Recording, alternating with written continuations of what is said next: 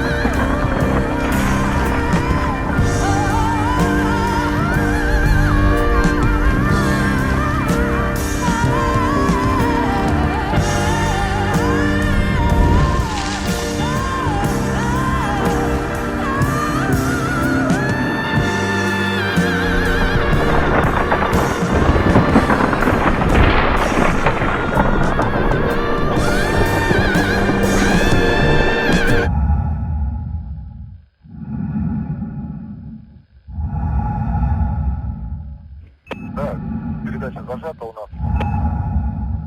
Но вы картинку получаете? Да, то есть наши здания.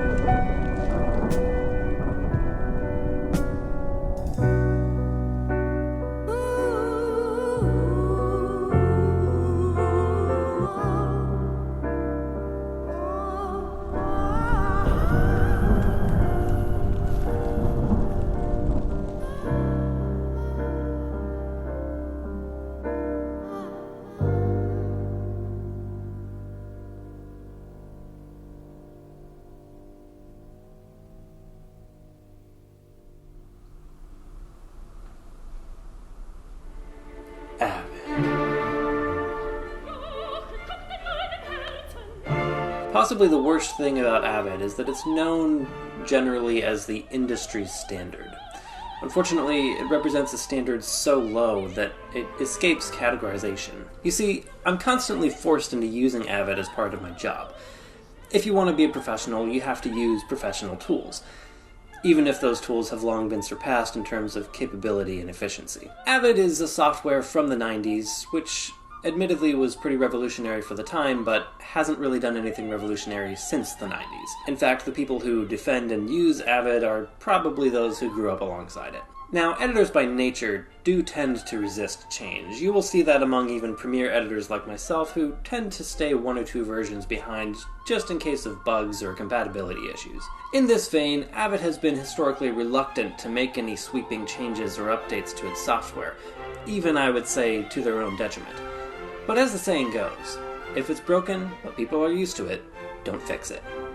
Now, as someone who didn't grow up with the software, I will be one of the first to admit that one of the reasons I really don't like it is probably because I didn't grow up with it. This is a common complaint among many Avid enthusiasts, that those who dislike its complexities maybe just aren't mature enough for more full-bodied editing software. But by the same token, it seems to me that those who defend this software are also those who haven't spent time using anything else. The fact is, everyone started on something, and therefore is more likely to prefer that something over everyone else's something. I'm also happy to admit that Premiere might not be the right software for any number of other editors. It's definitely not the easiest to learn, it's not the most affordable, it's not above reproach. But using Premiere has exposed to me many of the things which Avid could be. I'm not saying that Avid needs to be more like Premiere, I'm just saying that there are very glaring and obvious design flaws which frankly shouldn't be a thing in the 21st year of the 21st century. The problem is not that I personally happen to dislike the software. Let me be clear. The problem, as I see it, is that I am required to use this software because it's still seen as an industry standard. even though the rest of the industry has completely blown past it by this point. Nothing in Avid today is remotely intuitive or revolutionary compared to the rest of the editing software industry. The fact is, Avid teaches you that software is not your friend. It teaches you to do something in 10 steps which should be able to be done in 1. Avid teaches you to expect inefficiency. It teaches you that no matter how hard you try, there is always going to be a new way to mess things up. All that out of the way, let's take a look at Avid and see how one might go about constructing a new sequence. So to start off, we can see that the default standard set here is an outdated format called NTSC with a deliciously low-res 720 by 486 raster size. 4:3 aspect ratio? Heck yes, alternative cinema. A more modern format would be down here in HD 1080, but not these two ones at the top. These are 1080i. You want 1080p, 23.976 frames per second. So, now that we've brought Avid into the modern era, let's hit OK. Right off the bat, you can tell that there is a clear visual logic to this industry standard software, with these floating gray boxes already fighting each other for priority in front of a single, massive, blank gray box. In case you had trouble finding it, over here is the main project window. This is where you'll create bins for footage and folders to put the bins inside of. And over here, Avid has just, made us an auto bin that I didn't ask for. So we're just gonna close that for now because it was actually in front of something that we might need called the source browser, which for some reason is too small right now to see anything inside of. And for some reason, when I hit the maximize button, it makes it super wide and short. And then when I hit maximize again, it doesn't take it back to the size that I set it at. It's just so helter-skelter. I'm just gonna close that. There we go. Now we have so much more room for activities. So we've got our project all set up. Now let's take a look at bins. The thing that might throw you off here is that you cannot put bins inside of other bins. Bins are not folders. In order to organize your bins, you'll want to make folders. So you'll come up here, hit new folder, and there you go. However, something you can't do is you can't make subfolders. You first have to create a folder on the outside, and then you can drag that folder in. Now you have a subfolder. So let's go ahead and open a few bins. Some people like to argue that one of Avid's best features is these floating windows that get in each other's way and are very easy to lose track of. They're like flies buzzing in your face all at once, getting in each other's way, stopping you from finding what you need. It almost feels like it's designed to be this easily disorganized. Thankfully, you can put all your bins together in tabs, which is probably the way it should be in the first place. So let's try to bring in some footage. That's what editing is all about anyways, right? I've got some footage here from an old project, and let me just go ahead and So this is the 2018 version of Avid, and it doesn't support MP4s yet, even though they've been around since 2001. Okay, no matter. I can get around this by opening up a software from a different media creation company whose name starts with A. Let's go ahead and convert this file to something even more ubiquitous than MP4, the fabled MOV, created by QuickTime, which is owned by Apple, who were in cahoots with Avid from the early days. I've got a good feeling about this one. So we've gone through all of this rigmarole, and now we've got our MOV. So let's go ahead and drag that in, and now Avid is starting to test my patience. So if we do some digging, we can start to find out the root of the problem here. If we remember back to when we created this project, we selected 1080p 23.976 frames per second. And the footage I'm trying to bring in is actually 59.94 frames per second. So perhaps the solution lies in changing the frame rate of our project to match that of our footage. So where exactly could we do that? How about settings? Let's look for something like frame rate and oh my god, what are all these export settings? No, nothing with frame rates. Video, maybe? No. Oh, silly me, it's gotta be in this purple icon.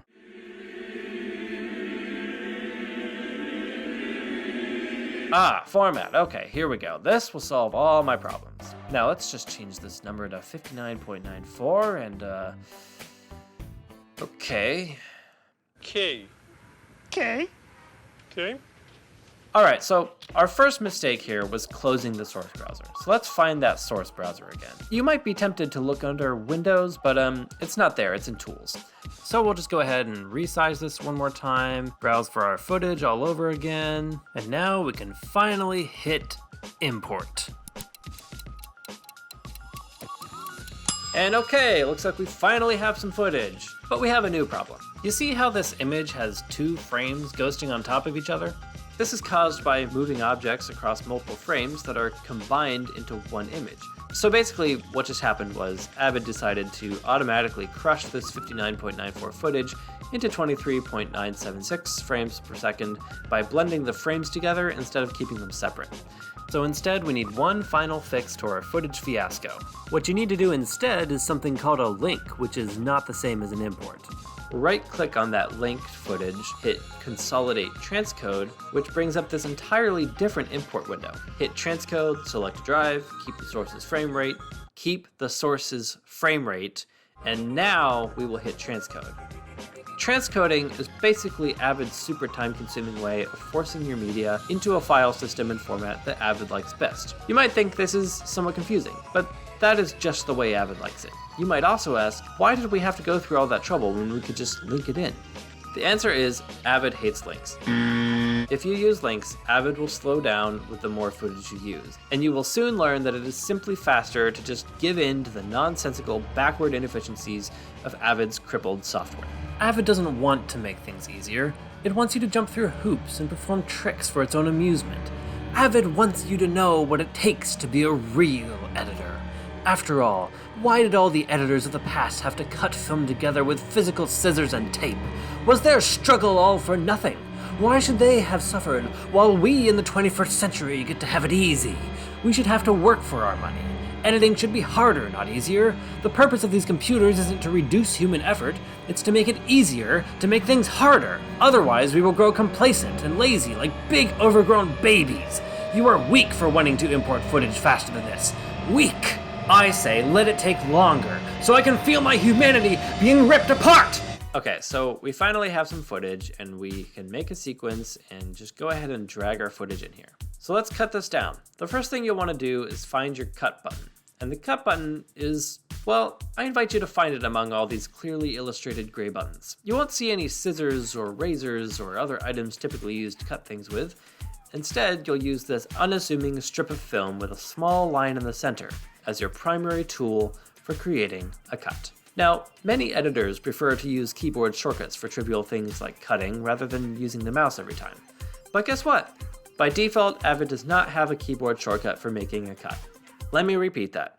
By default, Avid does not have a keyboard shortcut for making a cut. But at least you can add the keyboard shortcut if you want to. Here's what you have to do. Navigate up here to settings and scroll down past all of this because there's no search bar, down to keyboard. And then what? You just drag it in like this? No, it's way more complicated than that. Next, you will go back up here to tools and select the intuitively named command palette. Now this is really the heart and soul of Avid. The beating heart, if you will. And by that I mean, this is where Avid will beat your heart into a mushy pulp with its headache-inducing visual design. You might be somewhat confused by the difference between edit and trim, but that's nothing compared to other and more. Also, smart tools? Why not just call them tools? How are these tools smart? These are literally just the tools you need to use for editing. There's nothing smart about them. So after you've recovered from the initial stroke from opening the command palette, you will navigate to Edit and find the Add Edit icon, and then we'll just drag that in. That, my friends, is the easy and direct method of creating a keyboard shortcut. Now, the first thing to notice is your cursor is going all kinds of crazy while you're hovering over the footage, and it's not exactly clear at first what in the heck is going on. What's happening here is you basically have two main controls, segment mode and trim mode. Each mode can either overwrite other clips or push them forwards or backwards. You've also got some of these secondary controls down here, source record mode, trim mode, effect mode, color correction. Oh, where did, wait. Where the heck did the composer window go? Oh, that was weird.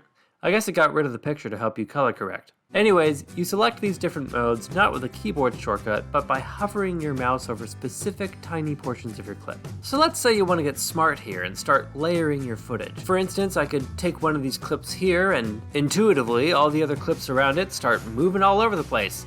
So that's what the yellow one does. We don't want the yellow one. We want the red one. Making sure my cursor is on top, not the bottom. As you can tell, there's not a lot of room here to make sure that happens. The same thing is going to happen if you want to trim your clips. It requires a highly granular level of detail to make sure you don't accidentally move everything else around in your timeline. Now, another way you might presume we could move clips in the timeline would be to select them with a simple click and drag.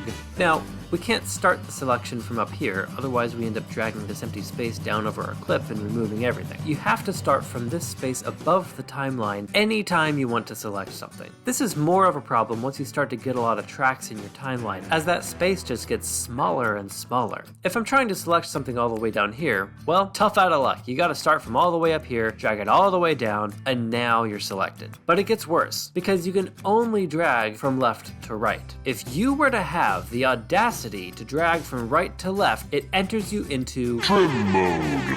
Now, there's actually already a keyboard shortcut for trim mode. So I guess my question is, why on earth would Avid make it harder to select clips in the timeline by forcing you to drag from only one direction? Oh, and by the way, if I wanted to undo this by dragging from left to right, I'm still stuck in trim mode. Trim mode. I have to first leave trim mode if I want to select this clip properly. And the only way to leave trim mode is to select something else.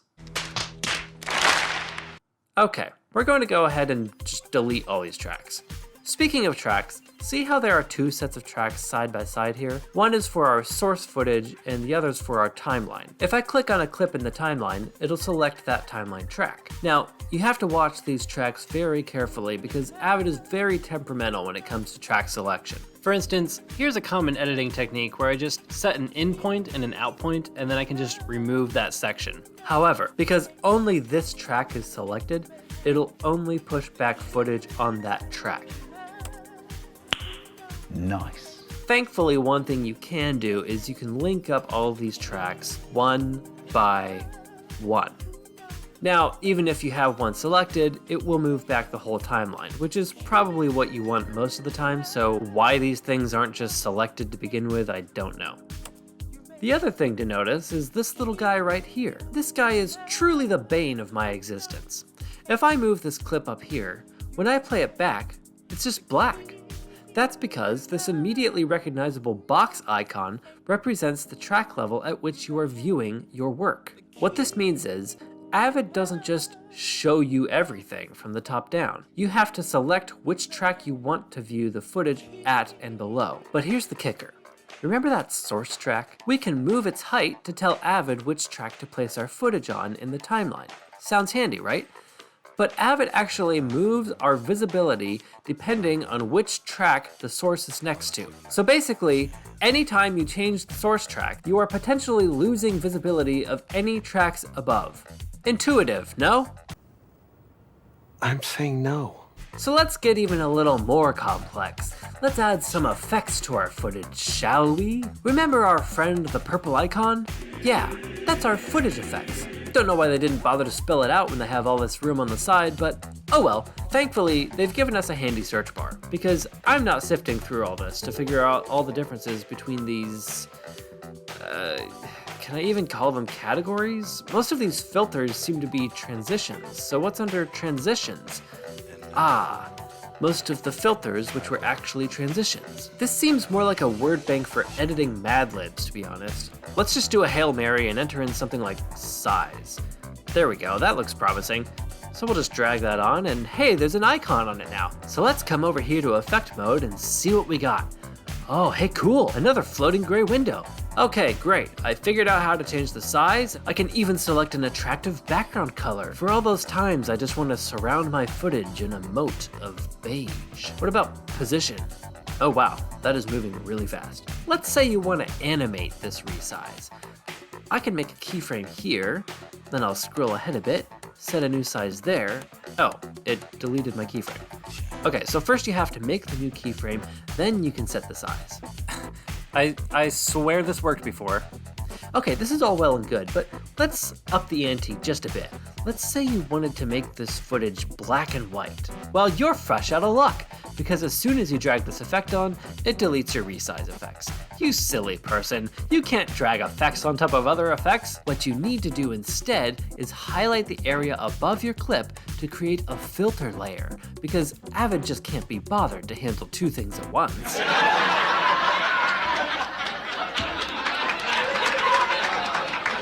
On to titles! For once, we have an actually discernible button over here for adding a new title effect. This title tool is deceptively simple, although it too suffers from the gray boxes getting in each other's way syndrome. After some clicking around though, you figure out that you can type directly on the screen, a welcome intuitive feature. You can even add shapes if you want. Granted, moving and highlighting the text is not the easiest process, but you'll find your way around. So that's all well and good. But this title tool, it's kind of simple, right? We're professionals here. What if we want a title tool with a little more heft? Well, if we come up here to Tools, we can find something called the Title Tool Application ... Which brings up this delightful new window.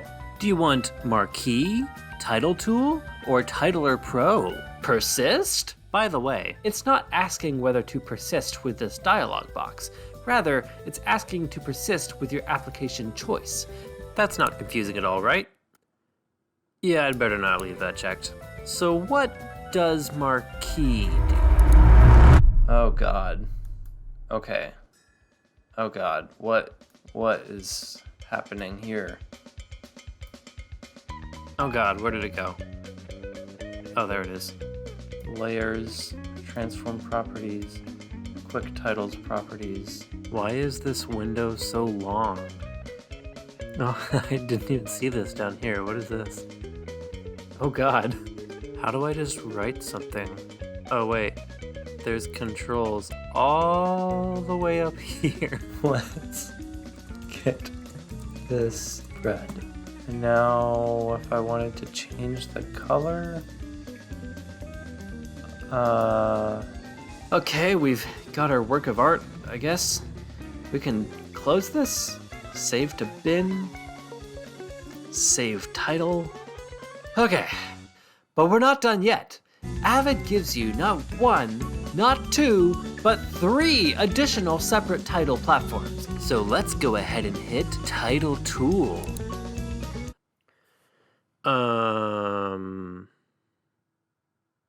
Maybe it just takes a while to load? Okay, well, this one's just broken. Come on, close, dude. Thank you. And finally, we have Titler Pro. Yeah, okay. This was buried away in a menu for a reason. I think we're done with this masterpiece. So let's do a really quick output and make it official. We have a few preset settings in this tiny window here, but none of them look like a normal video setting, so I'm just gonna go into options here and select QuickTime. Wait, what? We don't have QuickTime on here? So, this is one of those classic cases where I'm redirected to the Avid forum, just Googling my way along for the best answer to my question. This is someone else having the exact same issue from just last year. Some people are being forced to use Adobe because Avid is not providing what they need. That is hilarious. Bummer, man. Time to format my Mac and go back to an older OS. I mean, surely there's gotta be a simpler solution than completely formatting your computer. This is 2020, right? People shouldn't have to go to other softwares or destroy their computers just to make your software usable. Okay, so I actually have to download QuickTime here, so 1 second. Now that we have downloaded QuickTime, we can export it as a QuickTime movie. So let's do that. Hit save again, and now we wait. I want to touch on one final thing here. You see, Avid does have some strong points. I have to admit. One of Avid's touted strengths is its file management system. This is because once Avid creates your footage, you're practically locked into it. There's not an easy way to relink or replace footage once it's been brought into Avid. What Avid does is it makes its own folder for all of its junk called the Avid Media Files folder. Creates this MXF folder, creates all of these files to go inside it, which, by the way, are not small files. Avid has already taken up 8.72 gigabytes worth of storage on my computer, so you need a lot of storage to make this work. But this is the only location where you are allowed to basically relink anything. You can only relink MXFs to other MXFs. Avid basically just needs to link things to the same media according to its own proprietary creation process. It's very black and white, on or off, all or nothing. At first, for me, learning the software, this was super limiting. But one of the nice things about Avid is that once you make these MXFs, in theory, Avid should always know where they live in its file organization matrix. This can be handy because if I wanted to transport this project to someone else, all I would need to do is grab the project file in that 8.5 gigabyte folder, and then the next person can simply take that drive, put those media files in the right place on their computer, and Avid should just sort of work without any long relinking process. However, the inefficiency here is that Avid is only saving you time on one rarely repeated process. Meanwhile, the process that does take a lot of time is the one that's happening a lot, bringing in footage and transcoding it into Avid's system. That's the thing that takes forever. Where in programs like Premiere, you just drag and drop and you're ready to go. The program does all the processing it needs to in the background automatically while you work. I would rather spend time relinking footage once or twice if I have to, than spending hours waiting for footage to load every time I want to bring a new clip into Avid, which turns into a massively more inefficient use of time. It's all down to preference. But to me, it's not very fun to drive a car with a great engine when the steering wheel is broken.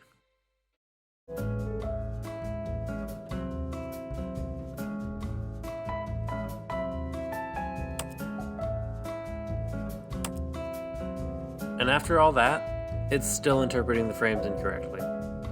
Man, who would seriously use this garbage?